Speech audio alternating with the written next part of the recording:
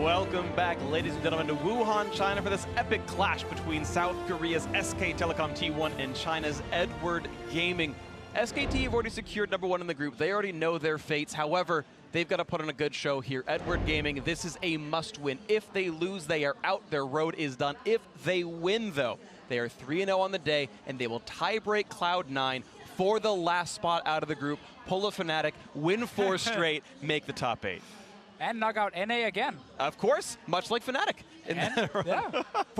Misfits. In order to go into this game, though, we have to remember what happened last time in the matchup with these two teams. Yes, things have changed, but it's still relevant, right? EDG came out of the gates firing on all cylinders, huge lead. They had all 3 dragons. They had this giant gold lead, and yet Scout later in the game, made some mistakes, but also SKT. Yeah. Really good engagements. Wolf was on the center stage, as was Huni, and they absolutely made a huge comeback. We had like the best engage in the mid lane we have seen in a long time, where it was of course Wolf engaging, then Shockwaves and a Twitch opening up, and everyone died from EDG's side. Now today, I really like the changes EDG have made in how they're trying to play the early game. It's no longer just camp for Scout 24/7. They're actually trying to set iBoy up for success down in that bot lane. iBoy has been absolutely massive so far today. You get that damage share, about 46%. Also, in their win over AHQ, he was the first bot laner to have over 50% damage share in a game. This guy has been absolutely massive. Even in the 0-3 week, in week 1, he was still very good there, but now he's truly carrying. Exactly. They need him in the late game team fights to be fed and strong because, as you highlighted as well, Kobe, like Scout is inconsistent, and especially in the late game, he's been an issue. So clearly you can't rely purely on him to beat a team like SKT. You need iBoy to play well.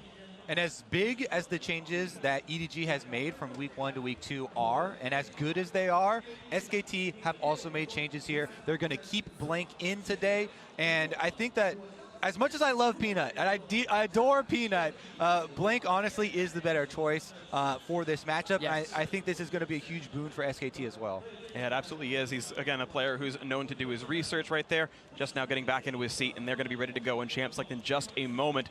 Now, we've seen, again, I bring it up because I think it's very interesting. When a team has already decided their fate, how hard do they play? And so far at Worlds, the gamesmanship is such that they understand how important these games are. These teams still put on their very best performance. I mean, Flash Wolves were guaranteed 4th place yesterday, and they still put on a hell of a fight, and they got their only win, which of course did succumb TSM to having to play the tiebreak, and it torpedoed their chances. But these teams have always put on a strong performance, even if their individual result doesn't matter to them. And why not use this extra game on stage as more practice for SKT? Because it's not been a perfect run during this group stage. There have been ups and downs. There have been issues in the games. And this is a good chance to kind of go in and show, okay, have we maybe fixed some of these issues? We get another game to VOD review as well going into quarterfinal. That is important for even a team like SKT. And Edward Gaming are trying their hardest, and look at that, the first ban, Caitlyn, the metagame evolving here at Worlds 2017. Of course, it just means you can go back to playing your Twitch and Cosmos game, but it is, again, one of the champions that has risen to prominence from some of the innovation these teams have done. We'll see more of it throughout Worlds. I don't know if EDG has anything more up their sleeves for this. We'll see what happens. And what is the spot that Caitlyn opens up in the other must bans that we've seen? Galio has been very big as well, and I actually really like Scout on that champion for a lot of the reasons that were mentioned. He's one who likes to always play forward and make big plays, attempting to dive into the team. So good ban there from SKT. Now we get that same situation with the Janna Lulu up, and teams got to decide, do they want to take the preferred one of the 2 supports? Do they want to grab a Sejuani maybe instead and just trade anyway? Xayah coming in means the Xayah Rakan is no longer on the table. Which I am surprised a little bit that Edward Gaming bans the Xayah, because if they grab the Sedge, you get Xayah Rakan as your first round, so you'd force a pick out of them, but not the case here, obviously. Yeah, most teams will grab Xayah themselves and then say, you get, let's say, Janna and Sejuani, we get Lulu Gragas, and then it's okay if, of course, Xayah Rakan would also be a possibility. So you force the other guys to pick the Rakan without the Xayah. So most teams don't want to take that trade, and same in this game. Also of note, Lulu priority back over Janna here. I've seen the internet comments. Janna's win rate has been pretty high at Worlds so far. She's lost a lot more games today, actually. Tanked her win rate a bit, but Lulu the priority. It means Janna goes over to SKT. So I can get behind the Lulu pick if you're planning on playing with your AD carry forward. If your AD carry is going to be very aggressive, you're going to play around this bottom lane, try and get iBoy fed. a Lulu is one that can enable that AD carry that has a slight lead to really take over the game. It's because of the concentrated power on that AD carry and the speed up that you give them. Now, while Caitlyn is banned away, I still think Varus can do a lot in the early laning phase, especially with the Lulu. And the fact that EDG do not pick the AD carry, but instead take the Gragas, match the junglers, and say, I want to see what you're playing first, does give a chance for the Varus. They could also just go for the more standard choices, but I still think if you want to try and dominate lane, that is a good choice. We'll see what they go for. Tristana, I think, is the most likely pickup here if you're playing the metagame. Although, if because of the Lulu pick, you'd expect more lane priority via an Ashe or Varus, but again, Tristana is what most of these teams are picking up right now, and that will be the lock-in. They let SKT grab Twitch themselves, so SKT got the one they preferred, it seems like. Twitch is going to be the match. Yeah, and we have seen this quite a lot where there is the Twitch on one side with the Janna to protect him, against the Tristana actually fighting on the other side. And in late game team fights, Tristana only hitting one target. That's a big tank right in front of her, and it takes her quite some time to burn through them. The Twitch, who is basically protected by this insane disengage from his support, opens up and takes down 2 to 3 members at the same time. So already from this draft, I'm giving the late game over to SKT. And I really would like another tank from SKT. I really enjoy double melees, 2 front lines. If you do have this Sejuani who works so well with the likes of Cho'Gath, like you're talking about, who can control a large area, and you really threaten, even in the early game, the passive gives you a lot of extra power too. I mean, the Maokai is another choice. One of them will be open. EDG did not ban away a Trundle or a Nar, so they might not necessarily just want to instantly blind pick Cho'Gath because of some of the counters.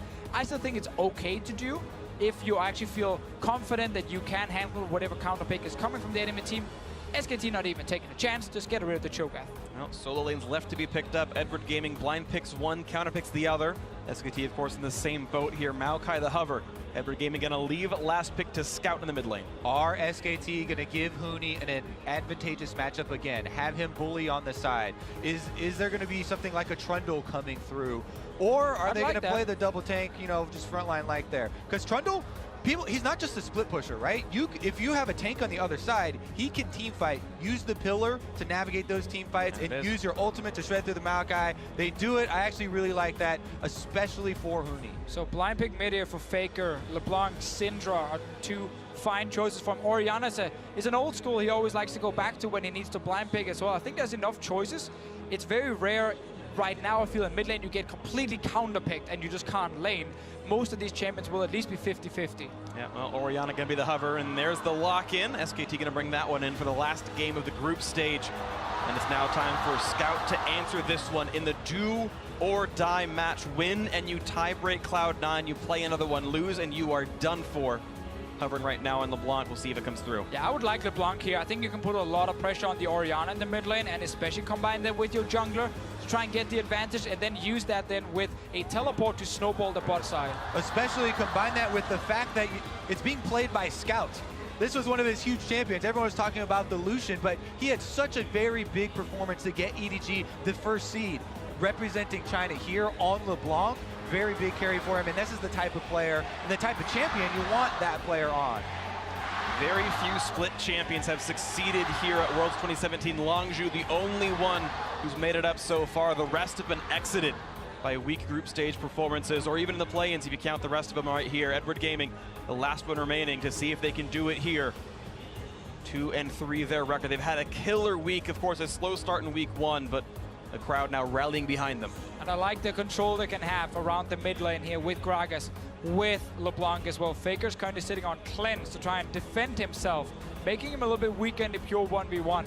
This should be a good game for Scout, because last time these guys played each other, EDG camped the mid lane. Lucian, Rek'Sai was the combo. They destroyed Faker early on, put him really far behind. Funny enough, on the Orianna. Let's see if they can do it again. Well, it's not quite Lucian, Rek'Sai. We'll see what comes through, though. The lineups on your screen. SK Telecom T1, reigning world champions. First place in the group for sure. Edward Gaming from China, their opponents. There's the lineup on your screen. They've got to win this one to stay alive.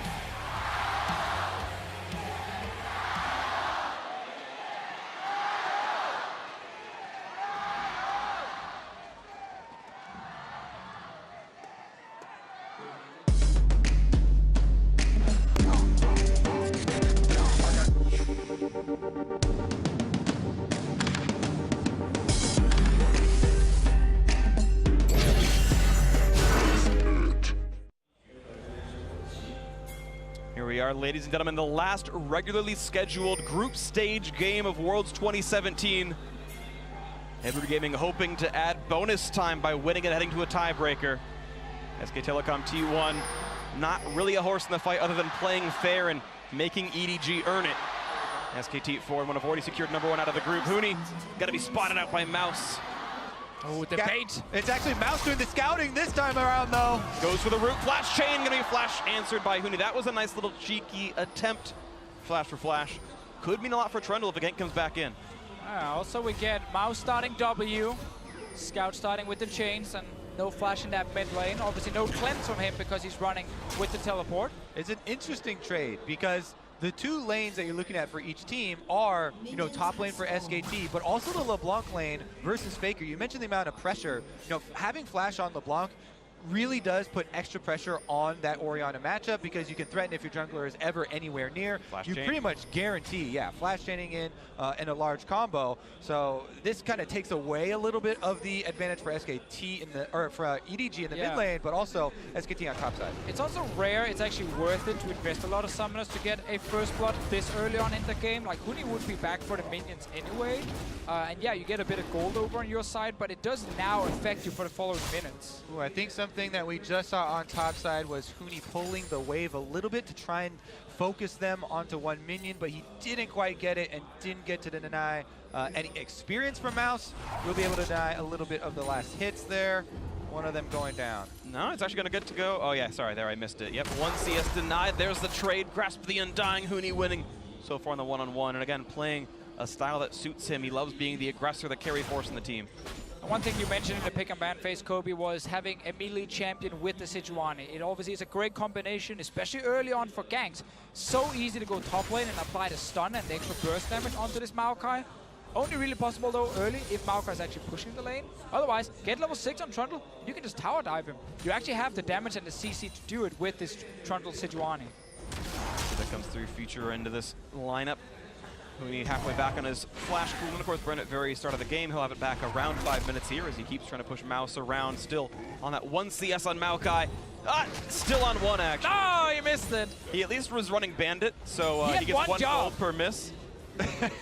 As much as we are focused on this top lane and how fun it is to watch Trundle into Maokai, I want to call attention to the fact that Blank is concentrating a lot of his vision efforts around Faker. And this is something that we often see with him.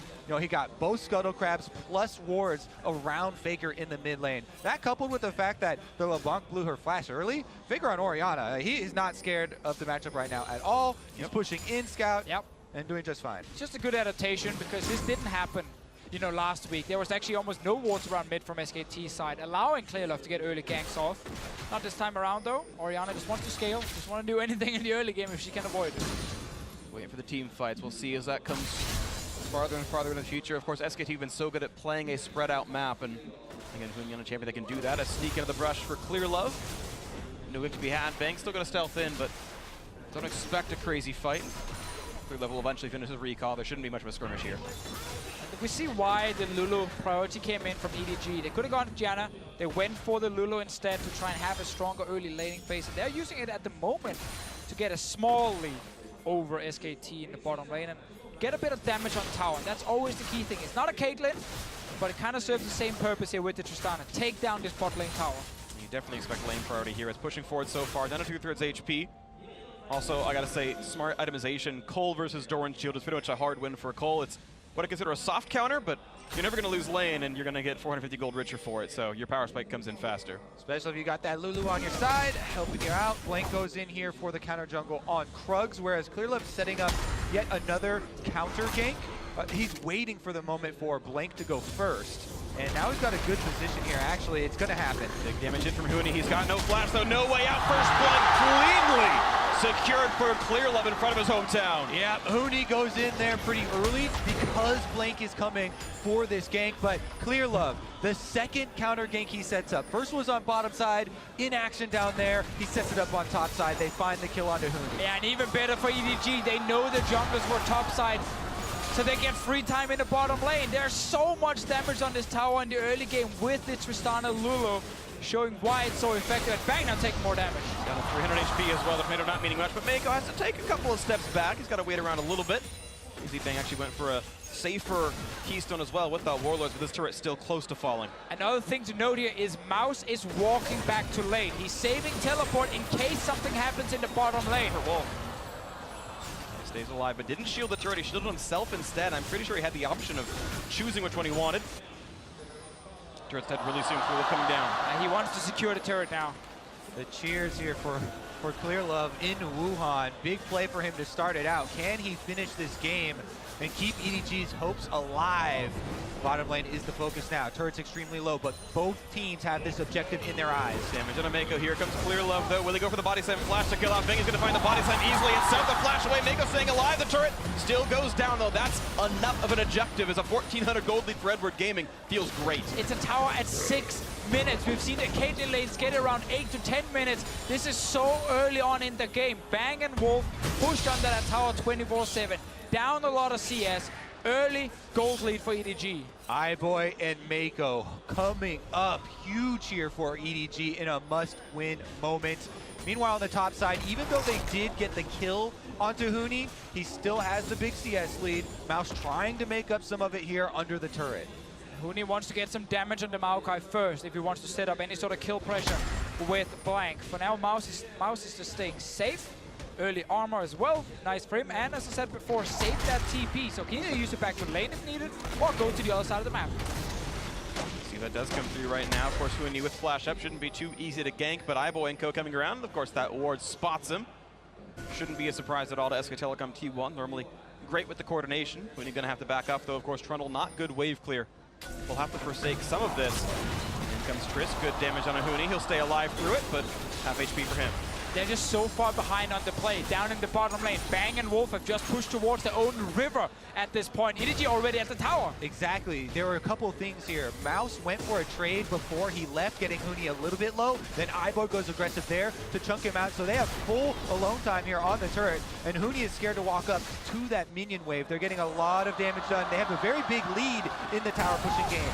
But that damage is in, and of course the mid lane, we almost saw a gank come through, but nothing happened there. Turret gonna fall, looks like on this wave, so 2-0 on turrets. Edward Gaming, 2,000 gold up. Yeah, the level 6 Maokai in the bot lane is fairly tanky, so he's gonna try and defend the tower as well. SKT, they realize they're not gonna be able to rush it down, so they try and get something. It's a Drake, but your tier 2 tower in the top lane is gonna take some damage now. They've rotated Faker over to try and help with the wave clear here, but Huni's getting dope. Careful, Huni, 1 versus 3. Rochen's gonna land the burst damage coming across the shield from Faker's Orianna, just enough, plus the King's Tribute keeping him alive.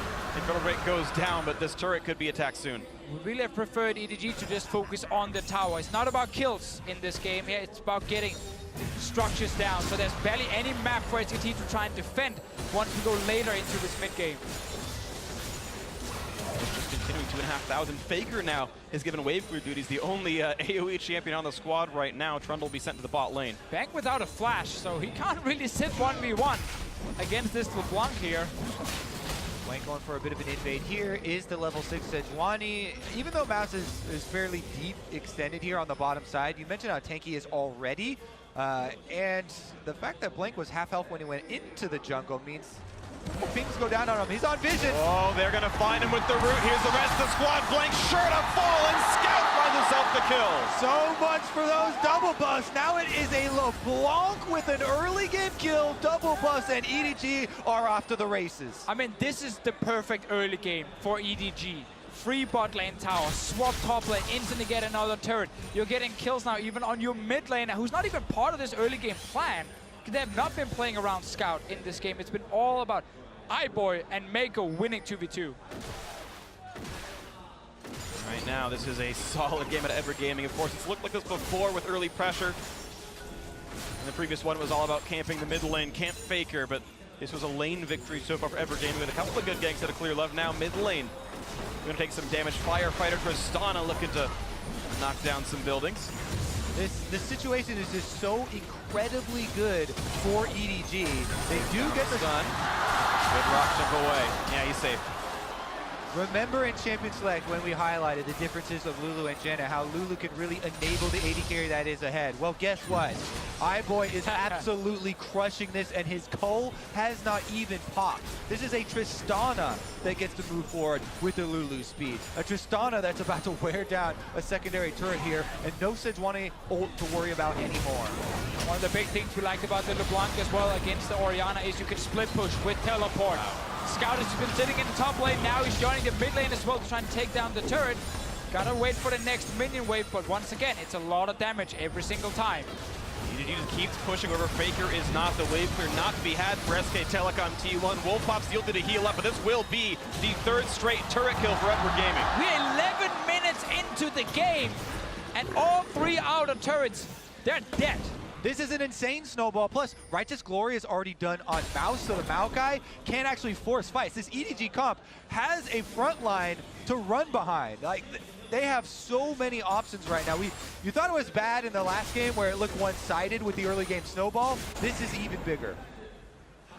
There we go, 101 CS for Tristana. Cole popped. He's got the big chunk of money right here. Look at the next play, right into the mid lane. Good damage on the scout, half HP on the bang. They're going to continue on the flash forward to the summoner here. The barrier keeps them alive for now. The jump in for Trist, the explosive cast, and the explosion is there. Scout finds his second kill. EDG get another. Kill the AD carry, get more damage on the tower here. Great play from EDG. They're looking so good today, so coordinated as well in their plays. I don't know if anyone can stop this squad right now. Looking at 3 straight wins, and they can make it a 4th when they can tiebreak Cloud9 should they close this game out. Watch that fight again. Here's the setup from Fog of War. Scout goes in, lands the chain. Yeah, there's actually flash ready on Bang, but he doesn't get to flash before the first chains pop. And that means he's stuck in place at least for a moment, allowing another chain to connect and a bit of extra damage. Just gotta flash that instantly so you actually stay alive. Scout just keeping the pressure going, right? The 1-3-1, they've got the double teleports. Most of this audience might be cheering for Edward Gaming, but those boys in your bottom left corner right there, they are hoping SKT pulls the comeback. Edward Gaming look nigh unstoppable based on today's games and today's form. China may have their 3rd team in the top 8. And we have to remember the last time EDG got this lead against SKT. There was an Rakan on the side of SKT to force the fight, to start the big engage. It's a Janna this time. It's on Blank to find the engage, and then on Faker and Bang without extra setup to actually open up in the late game. It's going to be much harder than last time. Definitely going to be more difficult this time around, and Blank not with a very good early start to the game either. We'll see if he can pull it out, if he actually has the confidence. Again though, even Sejuani, the ultimate now, since it's a single target, is not as reliable. You have to work that through a Maokai and a Gragas front line. It's just so difficult. There are very few options, and this would be a truly incredible comeback from SKT. Even though the gold lead isn't as big yet, the champion compositions taken into account really determine the story. It's also been much harder for Huni to actually do anything on this Trundle because the towers are just falling around him so fast. There is no lanes he can actually push in. The last game where he played the Jace, his entire job was perma push the side lane, get all the resources. Let's see bot lane. Whoa, that was a big miss on a Blank right there. Try again in a few minutes, but EDG have yet to be stopped at all. And that's literally it. Unless they walk onto Faker's ball and they all party around it and let themselves be Shockwave, it's going to have to be a very big mistake from EDG to let them back into this game. And surely we're also going to get either QSS or Mikhail's coming in on the side of EDG against this single target engage from Blank. And we'll see if they can keep this one going. Inferno Drake going to be spawning up in a few seconds. And Edward Gaming did give the first one over to SKT as they push top lane outer as a result. Maybe a worthy trade for Edward Gaming. SKT not going to probably have a chance at taking this one away, so the neutral objectives will keep stacking for the Chinese split winner. This is a rare time where we really get to examine SKT when they don't have much hope, right? And they are under so much pressure. The defensive vision is the first step that we'll see common in a lot of their games. You know, they do get behind often, but again, the compositions coming into this one make it more difficult for them to pull out those plays. Still though, the resilience with the control wards within their own jungle, trying to at least give them some areas to work with. I think now if EDG can actually push out top lane, they can secure Rift Herald. So I would like to see Mouse and Scout just swap around the map, so you have your winning split push at the LeBlanc on this lane near the Rift Herald, push out the lane, and then just start your objective. SKT should not be able to contest it, and then you can use that to get another turret.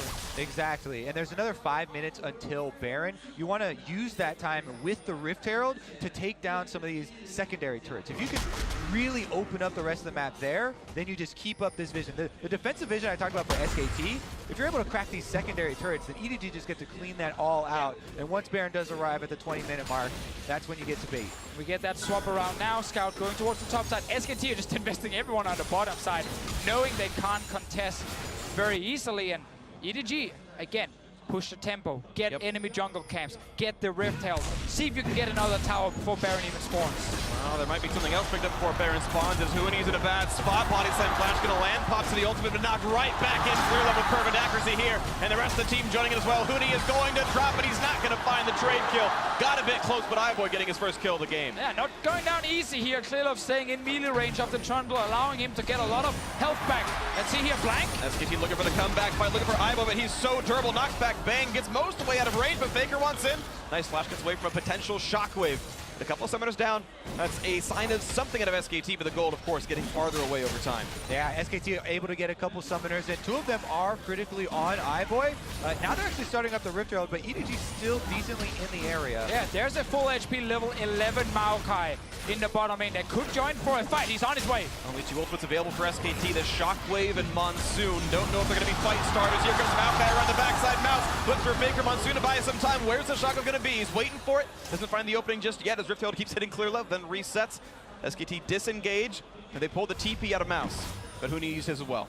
Even that is a pretty good escape from SKT. They're able to get out of this river where the Maokai had flanked them with the teleport, and they do live a little bit longer. The Rift Herald should eventually go over to EDG after they recall and reset after all those shenanigans and be able to clean it up later, though. But you guys talked about, like, how is SKT defending? Why are they often so good at it? Well, small calls like the one we just saw here, important ones. They start the Rift Herald knowing they won't get it for free, just to force the TP from the Maokai and then instantly disengage.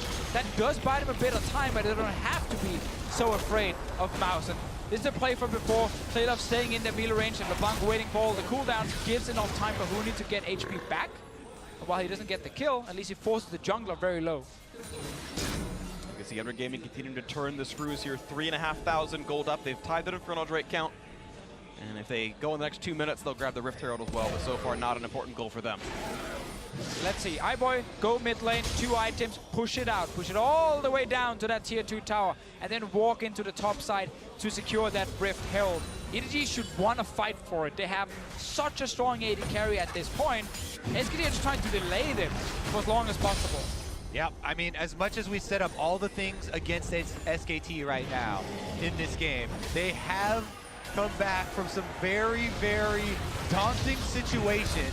Scout looking for it here. They're going to find maybe Faker or maybe just blank the flash forward. Scout wants him and his ex-teammate is down. A spree for Scout looking for an next one to go. A flash from Blank keeps him alive, but it's still 5 straight kills for Redwood Gaming. A shutout against the world champions. Now, after the pick here for EDG, they push up mid. Scout is going top side. His teleport is down, but trying to get the minion wave in place. Okay, EDG not just rushing straight to the objective, now realizing, wait a minute, there's still a Rift Herald. Well, they see Huni on bottom side too, and Huni's going to start to take his toll. I don't know if they'll be able to finish the turret before Mouse arrives. Jensen's going to do a little dance and take a break from this one. He'll come back in 15 more minutes when SKT have stalled it out, I guess. There you go. But yeah, Rift Herald goes down. Huni getting some alone time on bot lane, and honestly, a turret itself is a full turret kill. Rift Herald not always worth one. Exactly. Huni is the only winning lane for SKT at the moment. Despite being 0-2, he's going to win that lane against the Maokai. We get the play from before here. Faker staying too far forward, trying to get a ward down, and suddenly realizing, okay, he's actually overextended. Good TP coming in from Scout to secure the kill, and the Rift Herald right after. Blank tries his best to land the ultimate on one of the aggressors to save Faker. Not going to happen, though. There are more coming to claim. Now, I want to highlight Huni on the Trundle specifically because we were talking to Papa Smithy backstage after the Jace game, where he was highlighting how, with Ontara, SKT is all about playing as a team, not with a split pusher, because Ontara is playing much more as a team player, much more of these tanks as well. But Huni at MSI was all about taking all the farm, getting all the farm, being a big split pushing threat. even on things like Galio, actually, he would do that and just be like so strong in the side lane and then join his team. This game now, and the Jace one, they're going back to that style of try and give Huni as many resources as possible and hope he can carry from a side. They could dive this turret though. I mean, EDG are already prepped around it, and it would take a long teleport channel time for Huni to actually arrive anyway. Drops turret down. If he did. That's number 4. Rift Turtle, of course, still in inventory, waiting with clear love. Huni, all he got for that was some more split push farm on the side. He went from 200 to 219 farm, but has yet to get himself into that important fight. Has 0 armor items to deal with iBoy's Tristana. On 2 items already. Bang yet to get Infinity Edge. That's the power spike when maybe it starts turning around for SKT, but until then, they've got almost nothing. So please, EDG, keep playing fast. Keep pushing towards SKT. Set up your vision around the Baron so you can always threaten starting that big objective. Focused on the other tier 2 tower in either top or bot lane with your Rift Herald. Do not let SKT scale. Especially with this Mountain Drake, EDG have the opportunity to jump on this control of Baron. Currently, there are a couple wards for SKT still in this area, and they're doing a good job of keeping those afloat. Now Baron's up, you can see. And you can see those wards that SKT have put down. Vision control, one of their absolute hallmarks. Blank even adds more to the stack. Make sure they can see what Edward Gaming is up to. 3-0 LeBlanc, of course, very scary, as it looks like EDG are ready to go for this march. Here we had the gold graph from last week, where it was basically over. EDG sitting with a 10,000 gold lead at 30 minutes, but then that big engage happened in the mid lane, where everything went in favor of SKT. Now everybody's going to remember SKT coming back and say, oh, SKT always comes back. But I want to start to lay out some of the plans for EDG to avoid this scenario. You know, LeBlanc, yes, she is difficult, more difficult to pull off in these late game team fights, but one of the strategies that has been very successful in this current meta is assassinating the supports, the Ardent sensor carrying champions. And that is exactly what Scout could do in these team fights. If he can get around Blank to kill off Wolf at the beginning of the team fight, or Bang, you know, Bang would be the gold standard, right? But even if he could just get Wolf, that would be a huge flank, and we have seen it pulled off many times thus far. Take out the Ardent Sensor Carrier, that really reduces a lot of the threat from the AD carry. What happens, Bang trying to wave through Rift Herald, could be knocked around and killed as well, but I got half the health off that turret. EDG, though, not going to stay on this. They are actually going to back off and let that turret stay alive. And you saw the graph from the previous win before, the SKT comeback. This is not nearly the same size of gold lead, though. You talk about, well, the comp's not quite as explosive, but the need is not quite as high either. And again, it's a team like SKT. You obviously cannot count them out, especially with the lead at only 3,500. Sure, that's why EDG are looking at Baron as the next big objective after they kill this tier 2 tower that's so low. Because then if you get 5 control wards on the map, SKT should not have vision in that river, and they will be forced to come in and face check you before they're actually ready to fight. And then this almost 3-item Tristana or Scout with 2 items on the back should be able to carry. Looking for the play here on No Wolf, does not land the chamber. The second one's going to go in, and that not yet the kill. Looks for a bit more explosive. Cast clears it in. Clear love, yes, 2 and 0 and 2. Ardent Sensor down. EDG have a window to work with. Seems they can actually use it though. Right now, there's still a few wards around Baron from SKT, so they kind of know roughly what's happening here. But it would be 4v5 with a deficit. Look for the next play. Not yet going to find Blank. He is able to jump out, but that's how much they worry about that smite. And again, you need 5 control wards. Deny everything from SKT. Baron is being started. Blue buff going down. Bang. And SKT moving in to stop them. Here comes Moon around the side. Sorry, Mouse, I got the name wrong. Looking for the play. She's going to root up Blank and walk right back out as Huni stays on the turret. He's looking for the inhibitor itself as Baron is still taking damage. That will be cleanly picked up by Edward Gaming. They're going to back out, no problem. SKT just getting more farm on Huni, looking for kills on turrets. SKT going to back off because EDG were able to finish that Baron so quickly. Huni has no more time to work through the inhibitor turret, and it's barely left standing. And is going to live, yeah. He was holding turret dagger for part of it. You saw his health bar get very, very low. He was fighting in between waves. And again, he's got some farm, and it's SKT taking a page out of Longju's book as well, the Korean champions. They had often would sit there and bleed objective, just giving farm onto Khan, onto Longju's top laner, and SKT looking for, again, this style. It is on Huni to be that force. Normally, if you want to play the defensive style, you want to prevent Baron from going down like 30 minutes. If you can, ideally, because the enemy team can't push into your base then. We're 25 minutes in, and EDG now picks up the Baron. They should use this to get an inhib down. And then suddenly your split pushing style most likely won't work because the enemy team are literally threatening your base. We'll see if that base gets threatened enough right here. Gold lead 4.7 thousand. Baron buff on 5. And 2 Drakes. Good for pushing. Will SKT be able to pull it off again? All of the North American fans are behind them as well as their own fans. EDG with this Baron buff are coming with the pressure. And this defense is going to be extremely important. Very important also that iBoy can reduce the healing, especially from Huni when he's sitting with that ulti trying to go ham in a team fight. He's actually a target you can take down now with the Executioner's falling on iBoy's side. Also with all the healing from Janna and the redemption, we will get eventually from Wolf. Luxury of being ahead in gold, he's still got the double completed Zeal upgrades. He's ahead in items, plus has boots for a little bit of defense in case the Trundle comes after him with the Twitch. Plus, actually, who's calling you guys are mentioning right now, Edward Gaming looking to make the run, the 4-0 run on the last day of groups to get into the top 8 when they were winless the first time around. Shockwave on to 3, but there's no damage to follow up. That's a summoner spell, sorry, an ultimate on cooldown, and not much to show for it. Good defense though from Faker, getting almost the entire wave and forcing a flash from Meiko. Scout getting some damage in the mid lane. It's all about applying pressure multiple lanes at the same time, but EDG are right now not getting enough with their Baron buff. They still got about a minute left. Just yeah, Huni actually under-leveled to Scout despite all his split pushing. Scout's got so many resources to his name. Round 2 on the turret. This one's gonna fall. SKT giving it away yet again. Positive gold lead in Baron buff, hard to defend against.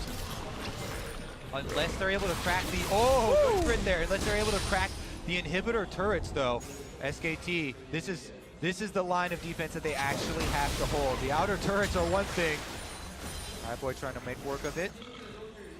We have to see also if LeBlanc can actually land the ulti. There is still no Meiko or QSS. Oh, got a little bit of damage. The pillar was there, but of course able to jump away. Every auto that Scout lands, though, takes several minutes to regen. Very slowly.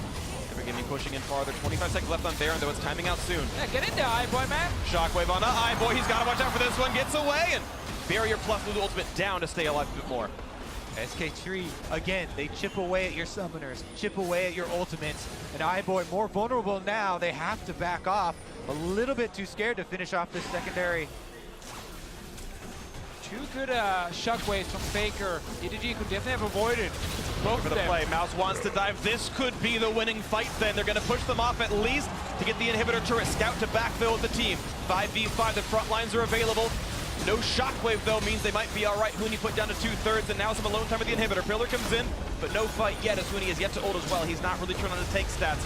Inhibitor still not defended, looking to knock it down. We have to remember, it's Blank who's the main engage for SKT in this comp. He can't rely on Wolf starting a fight. The Sejuani ulti needs to fly towards EDG for anything to really happen. And this is now an inhib for Inward Gaming. That was the big thing. That was what EDG needed to get during this Baron buff. The home crowd chanting, Jayo, refill, be ready for this one. Edward Gaming hoping to make it that 4-0 run, to make it into the top 8. They've cracked the inhibitor against SKT. This time they have to close it out. Cloud Drake picked up, and Scout also fighting for that blue buff with Huni, it looks like. Actually, just fighting Huni. The blue buff had no part in this. Scout gets to regen. Huni kind of the same. Pretty strong champion over there on the side. 305, 6, 8, 10. Flame Horizon coming in soon for Huni, but will it be enough? Frozen Heart is in. That's going to be a nice, pretty important power spike. Going to drop some of the attack speed off of iBoy. But can Huni be invincible enough? Is the engage going to be there for Blank? Maybe onto himself. He jumps in, finds a chain, stays alive. The new setup now for EDG is around mid and top lane. They already got super minions in the bot lane. Baron is not alive for at least 2 more minutes, but they can still wait for that objective and play around it once again because they got that first Baron so early. We're not even 30 minutes in and we're still seeing a 4-item Tristana. I love the fact that iBoy are winning his lane and team, they trust him as well to be a carry. iBoy definitely going to be critical for the 5 versus 5. I'm still as well looking at Scout. How effective can he be on this level 16 mid-game LeBlanc? He's 3-0-2 for his team. He has the Fog of War to work with. Oh. Ulti not going to land for more than a slow. Scout just barely outside the window for it. And that's the key engage ultimate down. It's now only Faker's Shockwave that SKT has as a fight starter. So just look at the ball on the ground here. iBoy can step to the side, always get a few hits on the turret. Big damage out of Scout, looking to knock down Wolf. Summoner heal burned to keep him alive a bit longer. Right now, SKT have Huni pushing out as many waves as he can to buy them time for him to be able to lend more defense to the mid. And they're going to go with it. Maokai ultimate, go. To zone out the team, push them off the turret. A few auto attacks are going to be safe for this squad. A smite comes in for Blank, turret's going to fall. And Huni's around to the backside, is going to pop the ulti on a mouse. Will there be a fight again? The stun from Blank not going to find much useful. Moving the disengage for EDG, at least for now. Huni now on the chase. They want this one. Mouse at half health. Looking for the re-engage back on a Trundle. Will this be the fight? Scout into the back line. Can't quite get the kills. The reset of the monsoon. And Azonius pops to buy some time. Look for iBoy. Tristana safe on the backside. First kill comes through for Huni's Trundle. They've got one. And Mouse is too low to get out. This should be two. Shockwave. A good rocket to stay safe, but 2 kills for SKT. Looking for the third. Clear Love is clearly going down. A double kill for Bang. SKT do it again. They foil the engage from EDG. Scout on the LeBlanc tries to go in and gets annihilated. And the timing is perfect. Baron is alive now, but look at EDG. Looking for the big play. Almost got the assassination of Faker. Oh, he wants it. He can't get him though, and he's dead for this one. There is no way out. He pops the barrier. Meiko certain to fall. The ace for SK Telecom T1. The young rookie trying to make the big outplays against Faker, but he didn't get the kill. Huni can defend the base. Baron will go over to SKT. The only 4K go down. Backs against the walls. Do never bet against SKT. We have to look at iBoy in the team fight and see how many autos he got off in that exchange. Huni was just tanking in the front line. So iBoy sitting up here near Meiko, top of your screen, getting a few hits on the Trundle. Meanwhile, Scout jumps into the back. As we said as well before, the Trundle can teamfight. He's leeching away all these tank stats from the Maokai. That's why they're able to resist iBoy's onslaught, and the effectiveness of the late game LeBlanc not there. He splashes in for it, but gets immediately denied. And Huni also placed a really good pillar in the face of the Tristana. It stopped iBoy for a few seconds. He couldn't auto-tag anything. That's when Scout jumped in at the same time, and iBoy, he came for the king. Yeah, he wanted the reset here off of Faker's death, but he was unable to deliver. Of course, Meiko, obvious to fall afterwards, the ace, and so this is now the reset game, 2,000 apart. And despite Bang, who was down roughly 3,000 gold in that fight, put out just as much damage as iBoy, even a little bit more. And the worst part for EDG is the fact that now the game slows down. SKT gets more time to farm. There's no super minions with Baron buff coming into their base, and an EDG team right behind them, and it will respawn. Trundle will be stealing their main tank stats. Faker on Orianna will have a much easier time. Oh, well, we have a teleport in. Maokai's coming to play. Tristana looking for this opening here. Huni slowed a little bit. Mouse around the side. Orianna far. Faker actually not in this fight, but Blank wants to re-engage now. Damage and a clear love. Mouse kills away a ward. And at the moment, Scout lacking kill pressure with all the shields and the healing from both Wolf and, of course, the barrier as well on Bang's side. Another re-engage. Flash in for the pillar. They can catch out Mouse. The front lines have engaged in battle. Waiting for the marksman to open up for the damage up, but Explosive Cow's going to pull Huni back in, but he is practically invincible. His health bar gold on this one. Scout back in base with teleport. There are a lot of wards behind SKT, but it's so hard to flank as a LeBlanc in the late game. And for now, it's a safe 5v4. SKT have knocked down mid lane outer turret. Only their third turret of the game, number 4 in their sights. As mid lane tier 2 is there. Shockwave out of the front line. Not a kill just yet. Redemption to heal him back up, but Edward Gaming's health bar is getting a bit low. Bang shot to half HP. Nice shot from iBoy to dock him down, but the siege can continue soon when the wave comes in. Again, bottom lane is pushing as well. Scout continually going over there to try and clear off some of the minions, but the Baron buff allows SKT to continue the onslaught. And there we go. Pillar just to zone them out. iBoy can't do much more. Mid lane tier 2 falls, and SKT back with the gold lead. I can't believe this is the second time where EDG wins the early game against SKT. But then they end up falling behind due to a late game fight. The game is not over, but it's suddenly looking much harder for them to win and try and get that tiebreaker against Cloud9. If they lose here, they're out of Worlds. Momentum certainly SKT's favor right now. Mount Drick to be grabbed up by FK Telecom T1. The 3-time world champions poised to go 5-1 in the group. If they can close this one out, Elder Dragon the next to spawn, of course.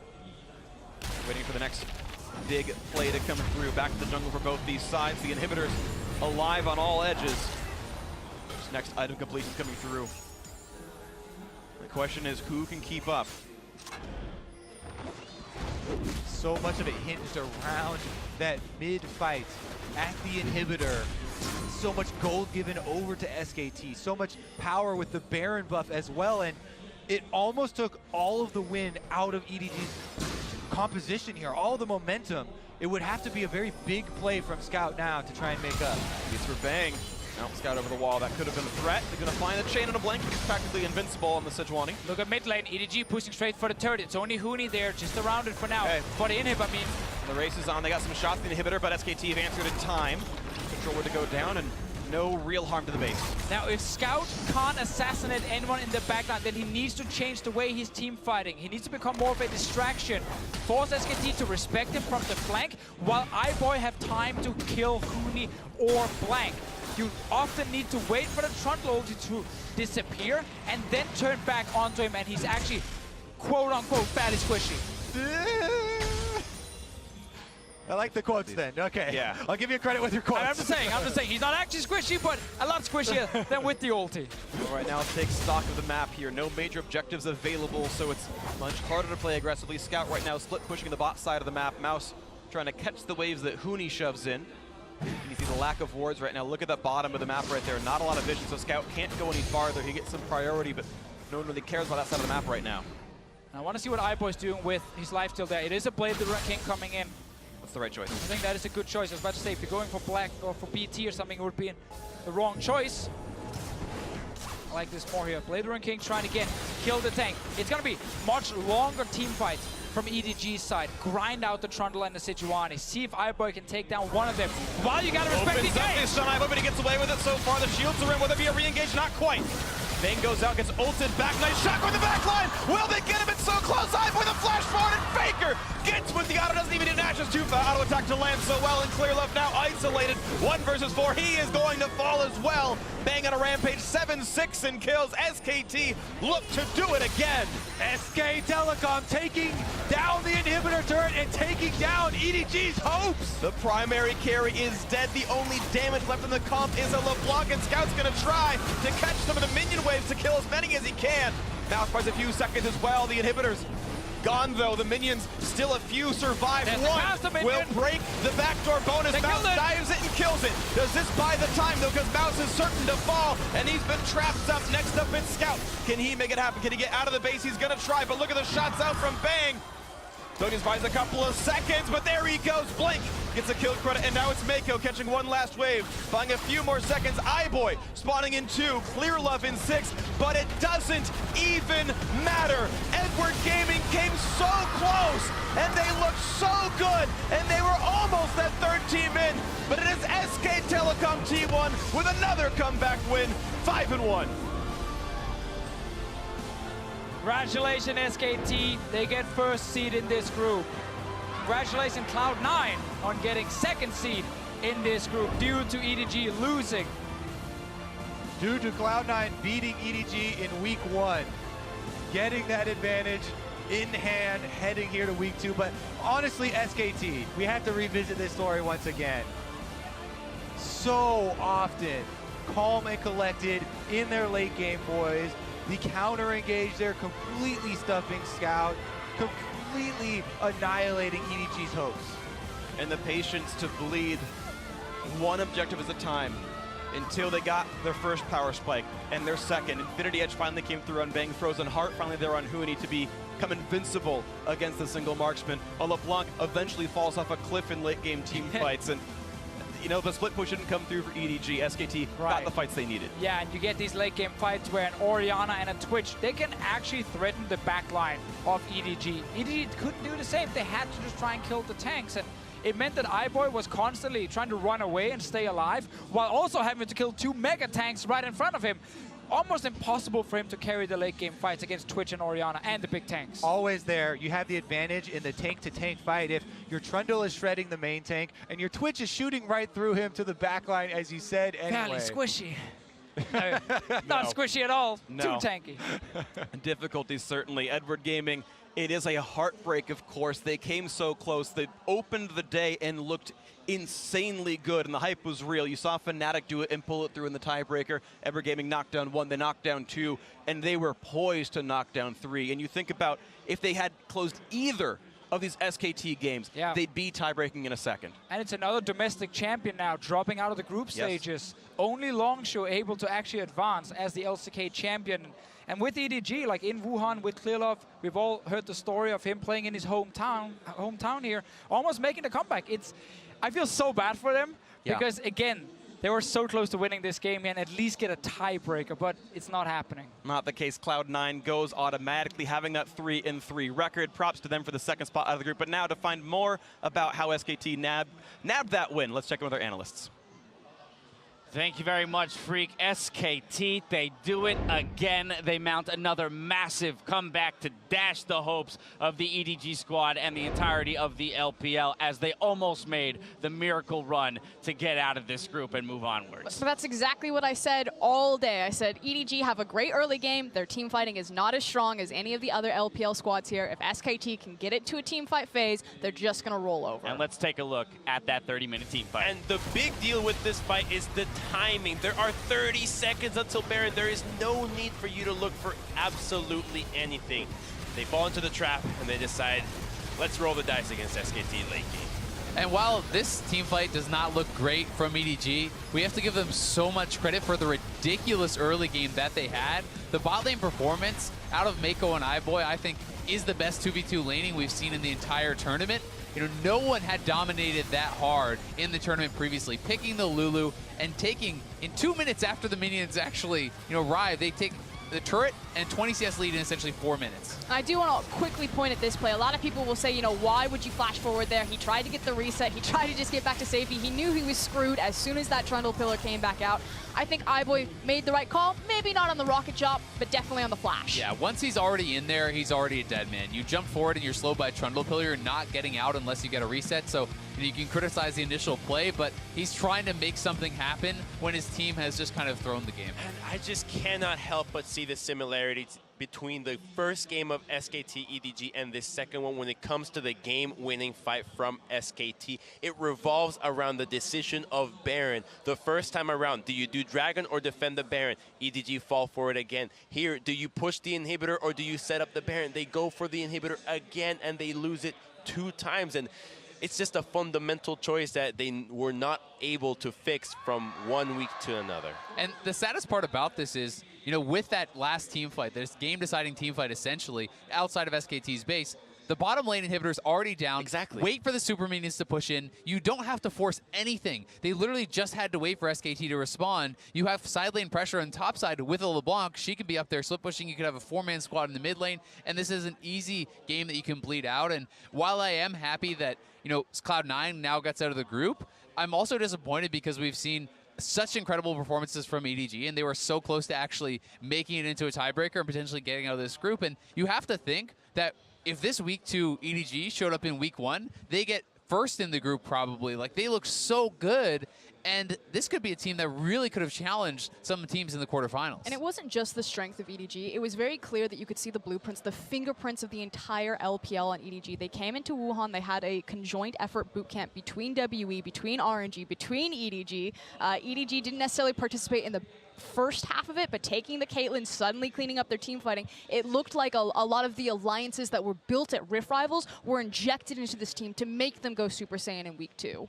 I mean, but it speaks to the pressure of the moment, right? Kind of what you're talking about when it comes to being that close to victory. A couple decisions made differently, and perhaps they walk away with it. But that's what it means to be competing on the world stage. And that's also why we talk so much about shot calling. And there's these certain iconic players that within their regions, people talk a lot about them. In North America, so many times people talk about High and more recently Smithy and the kind of value that some of these guys add. And it's helping with decision-making like that, being able to stay calm, being able to stay focused, and being able to make those calls, and that's something that Clearlove is certainly known for on the team. But, in this particular instance, they're not able to pull it off. I'm so glad that you brought up Hai. I know that we had like a bit of disagreement because Hai's been a bit better on an international stage than, say, someone like Clearlove, but I actually see a ton of similarities. I call Clearlove all the time the Hai of the LPL because there is just that intangible X factor, something unique about him. The fact that EDG didn't make the finals, he comes back to the team, they suddenly make the finals, they reverse sweep RNG, they try to mount an incredible comeback here, and it's just,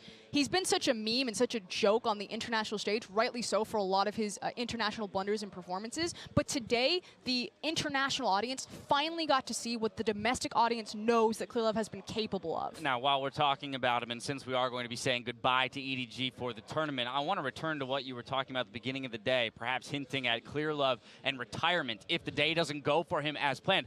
But given their performance today, even in the wake of not necessarily qualifying for the quarterfinals, you starting to rethink that a little bit? I mean, I was terrified that 2016 was going to retire Clearlove. He took a break off. He said it was to try to refocus his mentality. We saw those changes and those adjustments come through when they were able to make that surge on RNG. You can see it here today, the fact that they even fronted a comeback this time around in week number 2.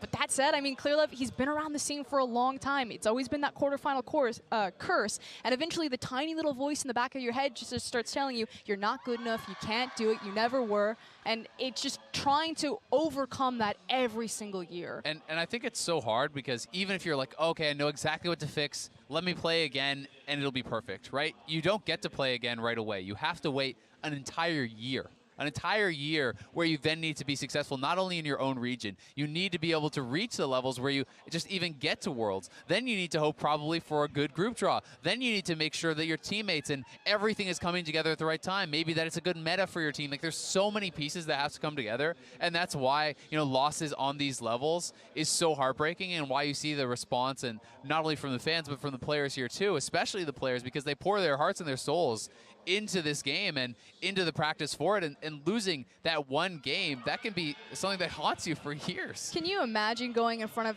again, your home crowd? He's from Wuhan. This was, you know, MSI 2015, that was LeBlanc's, or Faker's undefeated LeBlanc. Today, it was Scout's undefeated LeBlanc. That is the first time that it's taken a loss. There is such a strong, you couldn't script a better love story between SKT and EDG at this point. The amount of times that these guys keep running into each other and what it builds into.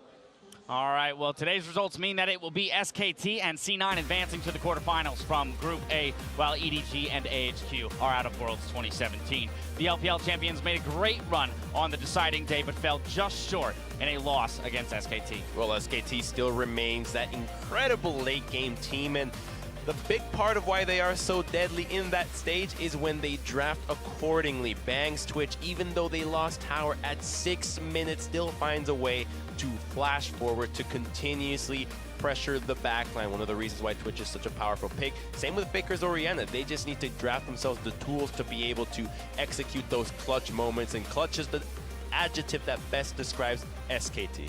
Yeah, they really are clutch, and clutch again for C9. This is 2 years in a row that C9 is actually depending on SKT after a 1-2 second week in the same group. Last year it was SKT having to beat Flash Wolves for C9 to get through. This year it's SKT having to beat EDG for C9 to get through. 2 out of 2 times they push the last remaining NA team into the quarterfinals. All right, well, as we're minutes away from the knockout draw, and as we just took a look at the standings, the way the groups have broken down, I kind of want to pose the question to you. Which groups, which teams look the strongest? Who do you want to avoid going into that knockout stage if you were to be able to choose? You avoid Longzhu at all costs. Like, this team is on fire. As the Fisher was mentioning, that is the #1 seed that has been able to retain their spot, and very rightfully so, because they are redefining the meta. I am sure they are not going to be strangers to Caitlyn when we come through, and they are playing the top lane split pushes that SKT have been trying with Huni as well. So this team you absolutely do not want to be playing against. I don't want to steal any of the thunder from Longzhu, because I do agree they are incredibly impressive, but I also think that they might have been in the weakest group in terms of the actual performance that we saw from them. Yes, we got some crazy games from GAM, but you know, there was lack of adaptation, a couple of players and teams really choking. Would Longzhu look so impressive if they ran into that iteration of EDG in an early game? And that's really the question I have. They might have been insulated. And that's what I think is actually super, super interesting about all league analysis when you're coming to this international play is it can be super hard to actually compare performances in different groups, right? So while Longzhu looked exceptionally dominant, is it because their group is weaker or is it because they are that much better, right? You know, they handled SKT quite handily in the LCK finals, and SKT tops this group, and while, you know, that kind of math doesn't always play out, I'm very excited to see how they actually match up against any of the second seeds, because I tend to agree that Longzhu is a death sentence for any second seed that draws them. I think every second seed is a death sentence. I don't think anyone actually can take down all the #1 seeds. Just look at them. You've got SKT, Longzhu, RNG, and WE. Who from the second seed looks like they have a shot? I think Samsung only Galaxy? Samsung. Only Samsung. And they're not going to be able to take down one of the powerhouses of Korea. So their best bet would be against the LPL in some sort of stylistic mismatch. If not Samsung Galaxy, I'd be looking at Misfits most likely. To take a first seed down? So it depends I mean, on the first seed. if I have to choose, is what I'm saying. I'm not saying it's likely.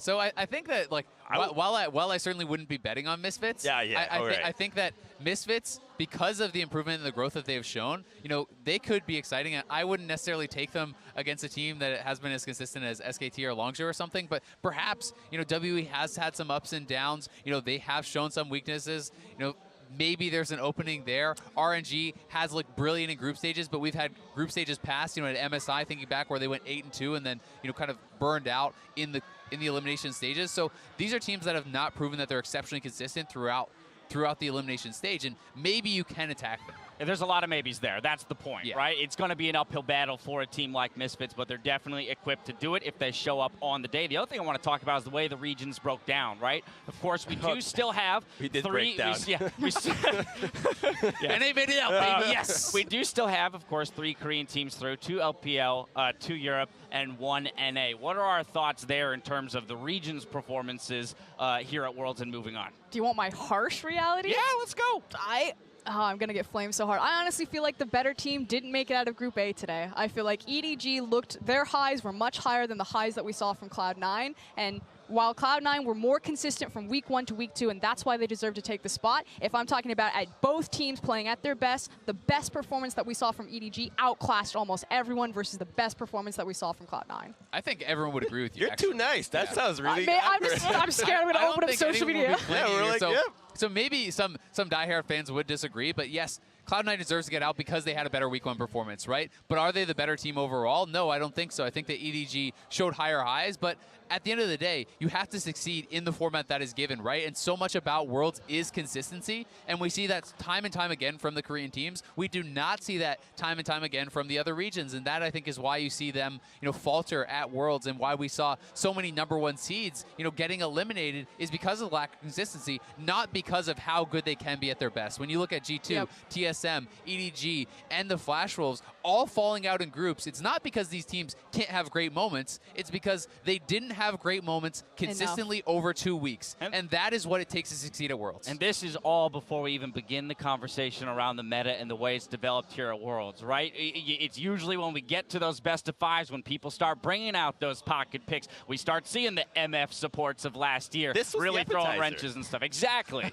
So it's going to be exciting to see which of these teams, again, in practice. We got the Caitlyn innovation here, and which ones will be quick to adapt, and who will come in kind of striking the first blow in those best of 5s. I think that is going to be super exciting, also because we know that the Korean teams are usually so confident about making it out of groups that they're willing to save strategies. They're willing to hold back things. When you think about MF in the semifinals, Rocks versus SKT, that was not shown at all. Zyra became a big pick in the quarterfinals and going forward, not in the group stages. I'm very excited to see what innovation is going to come forward, and also, honestly, how the brackets shape up, because we could have one side of the group with 3 Koreans. We could have them split up across. You know, if you get that 3 Korean side on one side, it almost has an amazing chance for the LPL. I've got to cut you off because it is now time for us to go ahead and send it down to the LPL's Rendong for the draw of our knockout stage matchups.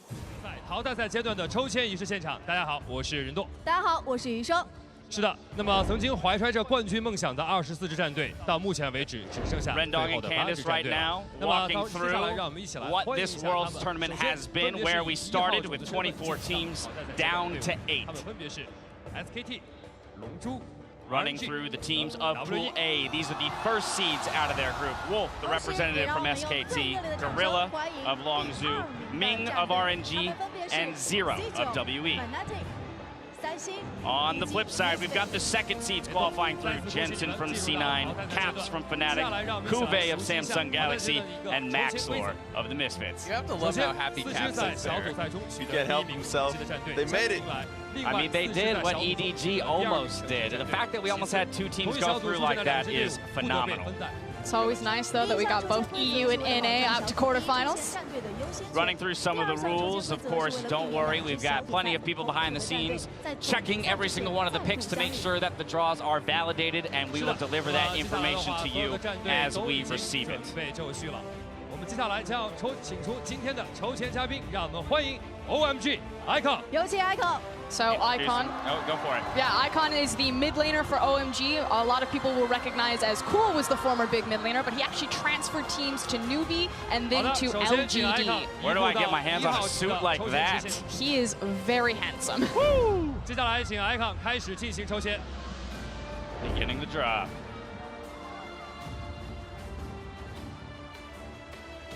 Our first team draw will be Royal Never Give Up.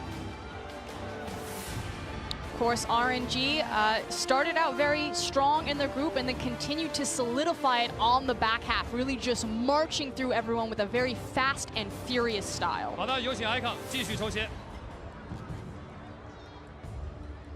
Next up, the reigning champions of SK Telecom T1. You have to feel SKT 战队 like everyone is going to be hoping to dodge Samsung. I think that is really the number 2 seed that no one wants, because although they showed a lot of weaknesses, we know how high their highs are, talking about teams who can improve. They did take SKT to a Game 5 in finals, which had never really been done before. So that is one of the reasons why you truly want to WE 战队 WE, the third team picked, will go to the opposite side of the bracket. Zero can't quite figure out where to look on the screen. He's like, what, over there? No, over here? Got it. 请 Icon 继续抽签。 No surprises there. Longzhu, the last of the one seeds. And this does mean this opposite side of the brackets for Longzhu and SKT looking like. So, you know, that is potentially something that could be set up for that finals. I mean, the two Chinese teams as well, right?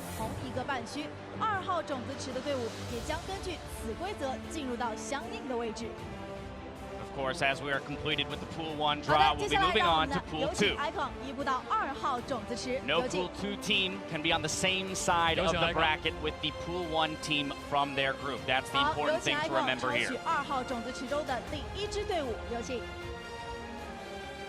So we're going to be doing a lot of shuffling, probably, so we can slot everyone correctly. C9, they slid in here at the end as SKT helped them out. Yep. Let's see where they end up. Team WE will be their matchup. And I actually think that's the most preferential draw possible for Cloud9. Still WE looking incredibly strong, but that is something that seems assailable. It feels like if Cloud9 play at their best, they may be able to have a chance. Bit of a traffic jam there. RNG's like, we'd like to play them.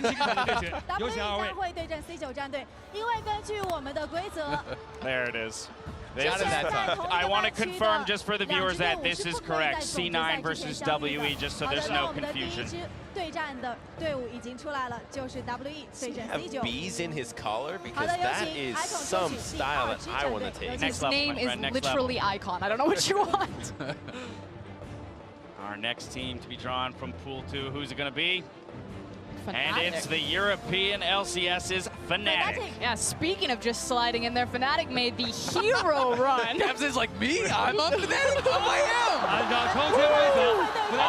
RNG Fnatic. What are our thoughts on this matchup? That's a scary LPL squad. It is a very scary LPL squad. I think so many people are going to be hyped for Reckless versus Uzi, two of the biggest bot lane stars in the entire world, going head-to-head.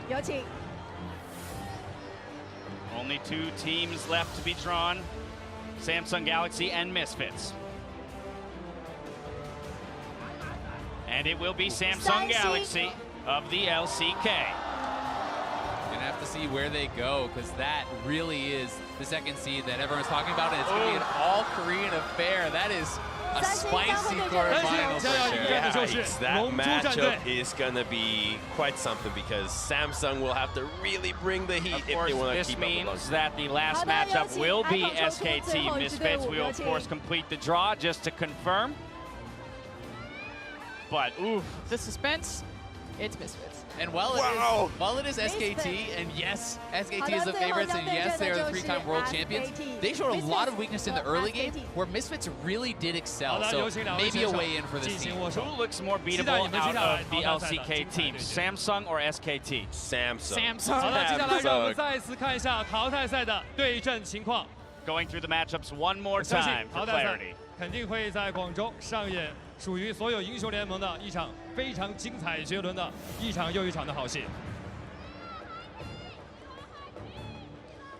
I mean, Misfits, the team that 好 says 的， that 那么让我 they 们再一次 want 看完了对阵 to 之后， win it 那 all. 么我们相 What 信 better way 接 to 下来 do 的 so 比赛 than 肯 the 定会 first 非常的 quarterfinal 给 match 英 against 雄 the reigning 制出传奇。 Yeah, 所 I 有 mean, 召唤师们， challenger 让我 to 们广州 quarterfinals. 再 How 见。 about challenger to semifinals, taking down the world champions? Well, that brings a close to the knockout stage draw, which means that we get some time to talk about 4 very intriguing matchups. So, what's the first one you guys want to jump at?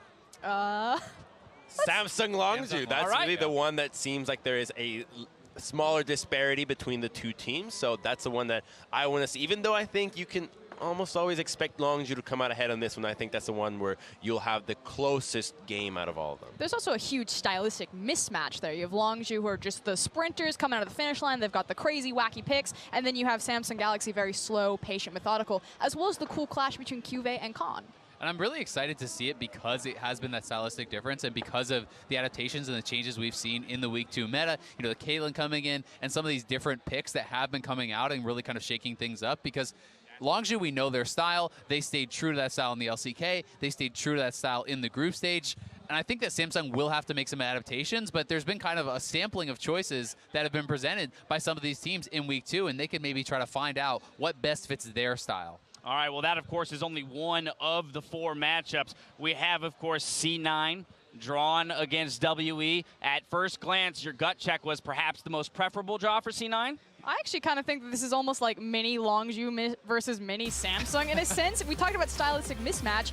Contracts is hitting hard, he's hitting fast, he's hitting early, and Team WE, while they showed a little bit of diversity, you know, starting their games a bit earlier using that Caitlyn pick, they have been a very slow and steady, the Elder Dragon team. I do agree with Azael's sentiment completely. If you're Cloud9, this is probably the best team out of the 4 you could have gotten out of the ones that all look the strongest. So if you're an NA, this is the one that you can actually look forward to potentially having a shot, although I wouldn't be too excited about it. You do have some similarities in the champion, or rather the players that have been stepping up to the plate in order to put up a fight. It's also our 2 play-in representatives, making it all the way through to Clash in quarterfinals. Yeah, the 3rd seeds from both of their regions. Fnatic up against Royal Never Give Up. I also want to talk about the Misfits SK Telecom matchup because, again, we talk about the weaknesses exposed for SKT being the early game. What were the things that Misfits like to attack and showed us in Week 2 was some definite early game focus. Their coaching, I think, has been really intelligent as well, and all the risks that they're willing to take. Like, this is not a team to shy away from a risky strategy. So we could see kind of like a more refined Gigabyte Marine style play coming out. You know, we had the Yasuo counter back top, we had the Blitzcrank, we've had some of these different styles, and I think that they're not afraid to go right at a team and try something. Well, it's not just the early game, though. The preparation here, you look at SKT, they have been quite predictable with what they're doing with this roster. You have Huni, you know what he's going to bring to the table, and clearly SKT has been favoring a certain style. I don't think that you can expect the whole Fizz Jace composition once again, and so if they stick back to a safety net of the late game and you go with a split pushing top, then it does open up the Misfits preparation and the coaching team to cook up something that could potentially give SKT a run for their money. I think the alternating junglers could be very interesting in that matchup as well, just because we look at Max Lore as one of the linchpins to Misfits' success, right? If he's firing on all cylinders, he's definitely one of the big leaders for the team. But will Blank or Peanut be able to download him and figure him out? And I think that's really hard to do because Maxlor has been adapting from game to game. It's not just this idea of like growth, it's the fact that he's also downloading people as it happens and then adjusting his pathing and opening up these opportunities for Misfits to find their success. Just a little bit of a highlight of the matches to come, but now let's highlight some of the players that we believe stood out in the final week of the group stage. Here are our best of the Rift, brought to you by T-Mobile, America's best unlimited network. We've got EDG's iBoy, Longzhu's Prey, RNG's Uzi, and Misfits Gaming's Maxlor. First up, it's EDG's AD carry, iBoy, who stepped up for the team as they almost managed to come back from going 0-3 in the first week. The miracle run that could have been. That said, EDG go home, but iBoy can hold his head high. He is known as Baby Uzi domestically. He took down Uzi, said, no, please just call me iBoy, and he showed everyone why he's the I-Man. This guy is absurd. It's a Mr. iBoy to you. Flashes forward, hyper-aggressive, great at orb walking and dodging these skill shots in and out of team fights. And this is a guy that you know is going to be back. He looks so good this year. It definitely dealt with the pressure of the team building around him and winning through him in a lot of these games for a rookie. That's awesome to see. The LCK champions, Longzhu, went undefeated in the group stage after some solid performances by their AD carry, Prey. Yeah, I mean, Prey, if it wasn't for Faker's incredible playoff performance, he probably would have made the top of the #1 player to watch at this World Championship. You cannot argue that this guy is the best remaining AD carry here. He has been putting some ridiculous numbers. And this team fight you see, I believe this was a game he had 1,500 damage per minute. He and Gorilla, longtime duo, are just the backbone of Longzhu Gaming. You said best remaining AD carry here. I'm going to go one step further. I think he was the best AD carry at the tournament. Strong words. If iBoy played like he did today every time, it Prey has been a god. Right, there might be a case, but Prey, exactly. that picture of consistency at such a high level. Now RNG managed to secure the first seed, and their AD carry Uzi now has his eyes on finally winning a world championship. He's still looking for that first world title, but a dominant group stage and first seed into the quarterfinal puts him in prime position to move forward and snag it. If the meta continues to evolve around the bot lane, I'll be very excited to see what he is able to accomplish in the bot lane. It's not just him, it's also his partner in crime next to him in Ming, but you are correct. Uzi is just entitled to miracles sometimes, because he's Uzi. I love it. I love it. I wish I was just entitled to miracles. Me? All right, finally we have Misfits Gaming's jungler Maxlor, who came into the roster ahead of the summer split.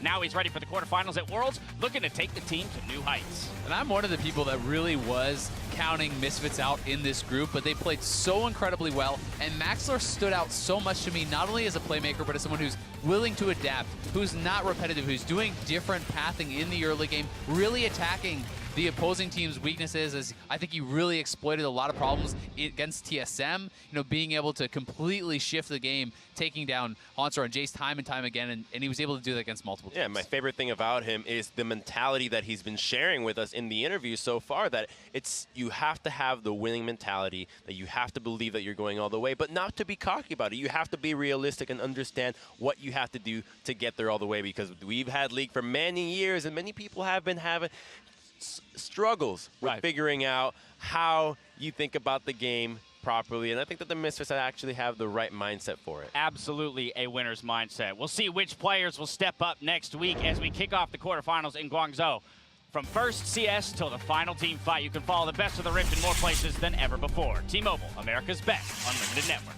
Now, as we round out the group stage here in Wuhan, let's check out some of your big plays from the final week, brought to you by Acer Predator. First up, EDG's iBoy came up big as Twitch in their game versus AHQ. At Fofsachi, I hope I said that correctly, was surprised, saying, wait, iBoy is actually insane at League of Legends.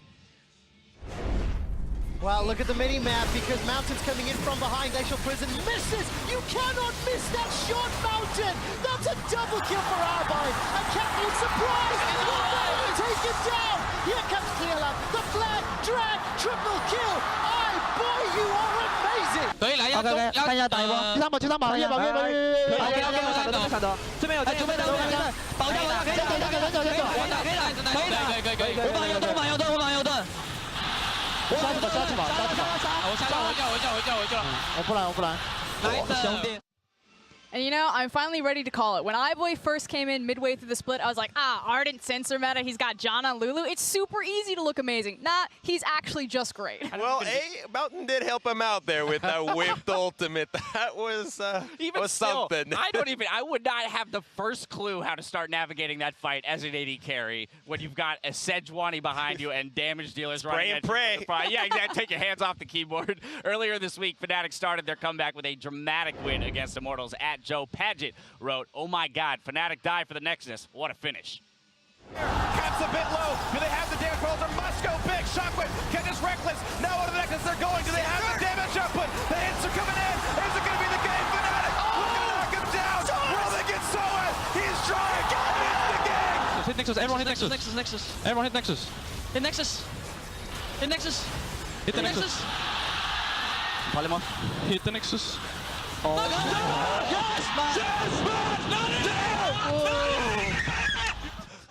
You can hear the excitement. That was actually the beginning of the miracle comeback. No team had ever gotten out of groups starting 0-3. Fnatic started 0-4 and got out of groups, and that was their first win on their road of 3 more coming after. I just can't believe how calm those comms were. It's just like, Nexus. Nexus? Nexus, hit the Nexus. Everybody? Nexus? Are we hitting the Nexus? Yeah. And then a Janna auto of all things at the very last moment secures it. Longzhu's Prey somehow managed to escape in a crucial team fight against the Gigabyte Marines at Motosoto. Tweeted, "Prey is so on another level right now. This guy is amazing beyond words."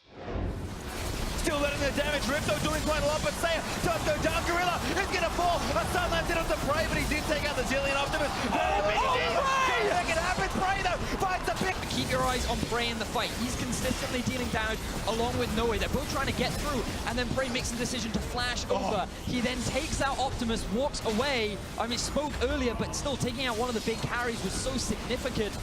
That is why Prey is the best. Yeah, again, the guts to make a play like that on the world stage. You only do that if you're confident. And it's the consistency, right? 6-0. It's hard to really point out a single time where you're thinking, Prey's playing pretty poorly, right? They're unassailable. They're such a good bot lane duo. Now, finally, one of the newcomers here at Worlds is Team WECA unleashed the calling in a 1v1 against Power of Evil.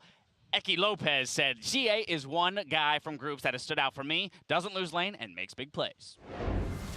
957 mistiming the knockup on Power of Evil, and Chie looking for the 1v1. Can he outplay the ultimate? Trying to solo it out. He can, but the miasmas go from Power of Evil. Stop the final shot of culling. 要装逼小心点。但没中呀，没中呀。可以。哇！ What's up?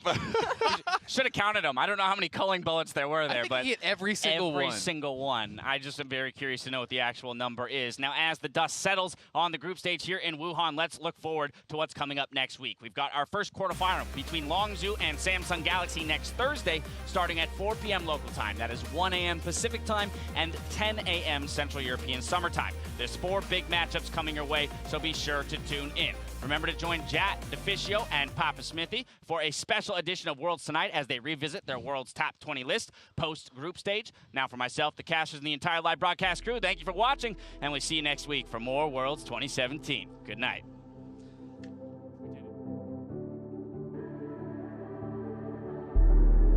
Historically speaking, NA has always done well week 1, but not so well week 2. Good thing for us in Cloud9 is we're heading into week 3 because we played in the play-ins, so we have nothing to worry about. Smoothie can interrupt it, does so. The monsoon, but the double dunk. Down to the bottom lane. Is around, but look at the mini-map. There's support coming down.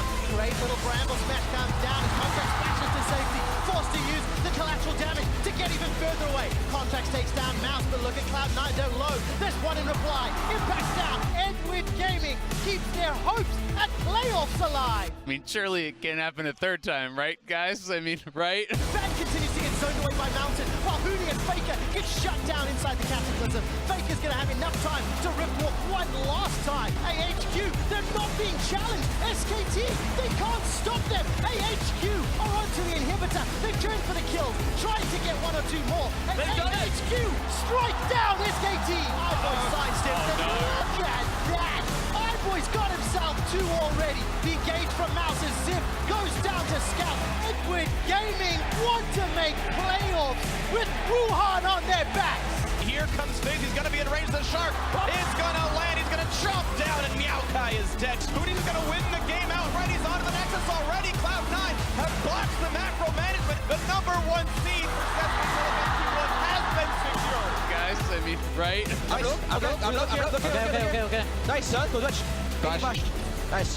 And now 3 versus 5. They can only sit back and watch as their exit is complete. Cloud9 improved to 3-3, and they are now SKT's biggest fans. Outside of not picking Lucian, how are you guys going to beat SKT?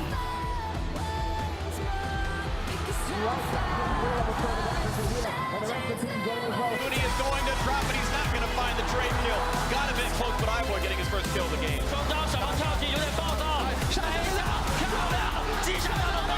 But 2 kills for SKT, looking for the third. Clear Love is clearly going down. A double kill for Bay. Meiko's out, gets ulted back. Nice shot by the backline. Will they get him? It's so close. iBoy the flash ball, and Faker gets with the auto. Doesn't even need access to, but it is SK Telecom G1 with another comeback win.